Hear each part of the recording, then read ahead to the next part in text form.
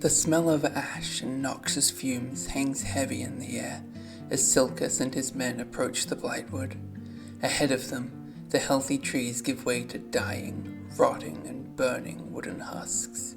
Each of the wood elves burn with righteous fury at the sight of what has been done to their forest. Through the smoke and fog, they make out the shapes of the Skaven hurrying into battle lines. Cilkas raises the Bow of Loren high and issues a war cry. The Battle of Blightwood was about to begin.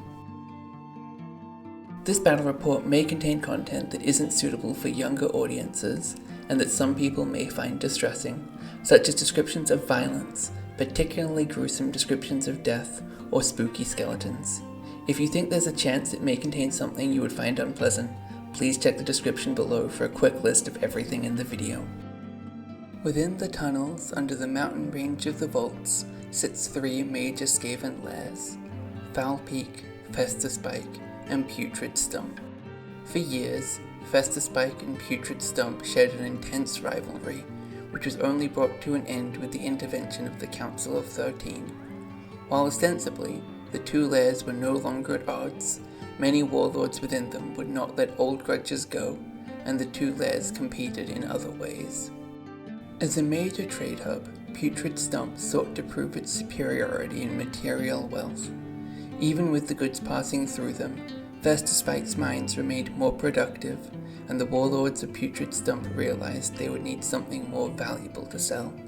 They turned their gaze beyond the mountains to the forests of Athel Lorn below. The elves within would fetch a high price, and the wood of the forests would shortly turn a tidy profit on the side. With the plan decided upon, the mining of tunnels began under the watchful eye of Zheen Keencrusher, a chieftain of the clan Ashen. They burrowed under the Loren Highway and emerged deep within the woods. Zheen sent out raiding parties to find elves to take as slaves. The few survivors who returned told of hails of arrows from the shadows and trees coming alive to join the fight. With this in mind, Zheen concocted a cunning plan. If the elves hid within the woods, he simply had to remove the woods. He brought the slaves forward and put them to work felling trees. Those that could not be cut quickly, he set on fire or infected with the Skaven's foul blight. It wasn't long before the whole area around the tunnel was defiled. Such a disturbance in the forest did not go unnoticed for long. Though no ancients were yet threatened, the blight could not be allowed to fester, and so the duty fell to Cilkas to drive them back to their tunnels and remind the vermin why the forests were not to be trifled with. He assembled the Glade Guard, Eternal Guard, and Dryads that were close at hand, and called for a great eagle to join him. With his warband at the ready, he made his way to the Blightwood, with vengeance burning in his heart. Today's game is a 500-point game of Warhammer Fantasy 6th edition Warbands, played between Wood Elves and Skaven. Deployment was devised as the battlefield was built, a process you can watch in my previous video, Building the Blightwood, and the first turn was rolled for. The Skaven rolled a 6, while the Wood Elves rolled a 5, and decided to take the first turn. The Wood Elf forces are led into battle by Cilkas, a Wood Elf noble riding an Elven Steed and carrying the Bow of Loren. He wears light armor and is equipped with a shield. He is accompanied by 2 units of 5 Glade Guard, deployed either side of a unit of 12 Eternal Guard. On their flanks sit a unit of 5 Dryads, and on the other a Great Eagle. The Skaven forces, meanwhile, are led by Zheen Keencrusher, a chieftain wearing heavy armor and carrying a shield. He is joined by 36 Clanrats, split into units of 20, 10, and 6. They deploy in the center of the battlefield, where they stand the best chance of crossing unimpeded by the still thick forests. On the flanks sit 2 units of Night Runners, one of 7 and the other of 10. Both units carry additional hand weapons. Finally, still tunneling their way across the battlefield, is a unit of 10 Gutter Runners with additional hand weapons. This is the first battle report using a mixture of tokens. While HeroForge is a useful tool, its Beastfolk models don't suit the Skaven or Beastmen particularly well, and so those 2 forces won't be benefiting from the variety it offers. The Wood Elves begin playing a somewhat conservative game. Cilkas, the Dryads, and the Great Eagle all move forward, the Dryads marching, while Cilkas only makes a normal move so he can fire this turn. He and the Glade Guard do so together, killing 4 Clanrats from the central unit. Zheen yells at his soldiers to capture the elf things as quickly as possible. The Clanrats all awkwardly march forward, navigating the difficult terrain, while the Night Runners sprint up the flanks. Their advance is stifled by the Great Eagle flying overhead and landing behind the formation. With such a beast so close, none of the Skaven dare to stow their weapons to march. The Dryads meanwhile continue up the flank, swinging out wide in front of the Clanrats to deny the Night Runners, who are far more mobile and potentially dangerous on the charge. Cilkas moves between the Clanrats and Eternal Guard, daring them to charge, while he and the Glade Guard open fire, killing 3 more of them. The bulk of the Skaven army continues advancing, the Clanrats shuffling down the middle of the battlefield, while the Night Runners continue rushing up the flanks. The small unit of 6 Clanrats muster their courage and charge the Dryads, while Zheen turns to deal with the giant bird in their rear. He charges into the fight and deals 2 wounds, taking none in return as his thick armor protects him. This sends the eagle fleeing to the edge of the battlefield. The Clanrats don't fare so well. They fail to do any damage to the Dryads, who cut down 2 of them. With a fearsome foe before them, the Clanrats flee. The undergrowth of the woods slows their retreat, a problem not shared by the Dryads, who easily overtake them and cut them down as they progress into the center of the Skaven formation. Next turn, the Great Eagle rallies.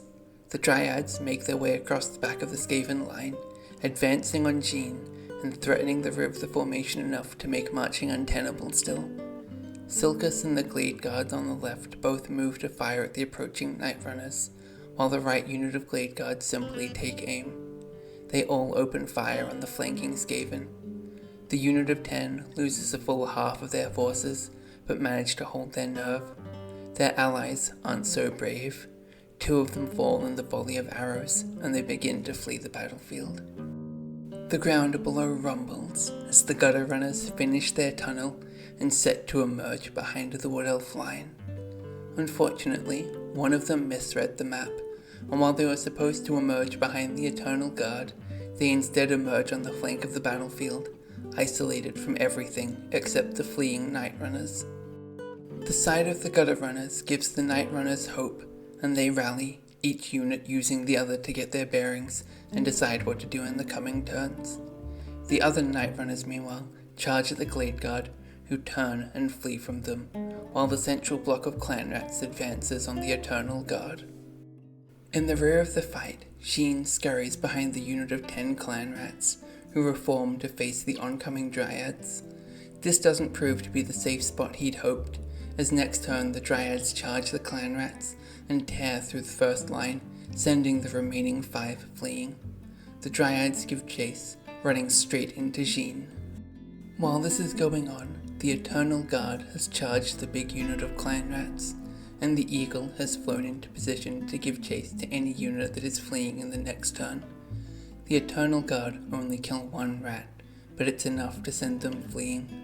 They run 9 inches, while the Eternal Guard chase 7, placing them squarely in the middle of the action. In the rear, the Glade Guard rally, and together with Cilkas, they shoot down all 5 of the remaining Night Runners. The other unit opens fire, but only manages to kill a single Night Runner themselves. In the Skaven's next turn, the large block of Clanrats rallies.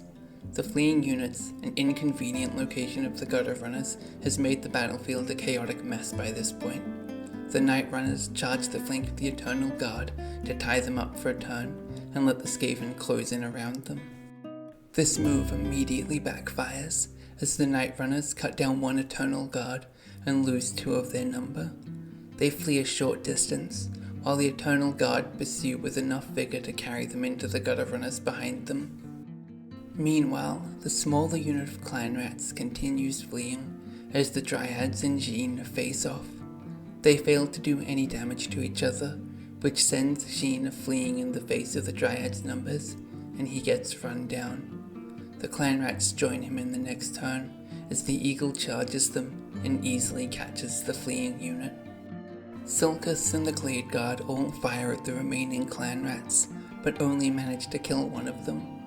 The Eternal Guard proved much more effective, cutting down 4 gutter runners and sending them fleeing. They don't make it far enough, however, and the Eternal Guard cut them all down. Seeing their comrades falling and the clear evidence that they're next, the Clanrats turn and flee back to their tunnels, relaying message of the fury of the Elves to their superiors. Cilkas orders the tunnel collapsed, while the Dryads begin the arduous process of rejuvenating the forest and driving the blight out. Before we look at the tactics used, if you enjoyed this battle report, please don't forget to like, comment and subscribe for more. Every bit helps the channel grow and ensure there are plenty more Warhammer battle reports to come. Tune in next week for the Marienburg Deal Disaster, a 500-point game between dwarves and high elves. Now, let's look at the tactics used in this battle. The burden of this game ultimately lay on the Skaven side of the battlefield. If they did nothing, the Wood Elves could comfortably sit back and shoot them off the board. Unfortunately, a full 30% of their army ended up in completely the wrong place. This was, admittedly, a problem I was aware of when I built the list, and is very much not something that should be done in games if one is looking to win. These games, however, are all about putting units that I think are neat on the board and making fluffy armies, and I thought a fast-moving, melee skirmish clan Eshin army sounded like fun. There was some good things on the Skaven side, however. The Chieftain charging the eagle and driving it off, for instance, wasn't something I expected to work out, but it did a lot to ease up the threat posed to the Skaven side. The choice to charge the Eternal Guard with the Night Runners wasn't the best one, but it showed the spark of a good idea. If they'd instead been moved to try and disrupt the charge and delay the Eternal Guard for a flank attack next turn, it would have been much nicer, however. On the Wood Elf side, things more or less went flawlessly. Though, again, there was a lot of luck involved in the gutter runners not showing up behind their formation. If that had happened, I suspect the game would have gone very differently, as they would have caught the Eternal Guard or one of the Glade Guard units in the rear. The Wood Elves also got lucky with consistently high rolls on pursuit, catching the enemy most of the time, or chasing enough to end up in a relevant position. One element I would like to highlight is using the eagle to charge the fleeing units and mop them up.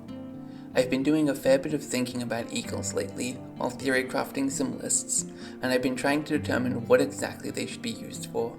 Running down fleeing units seems like a fairly strong use case that I would like to explore in the future with a better defined army list.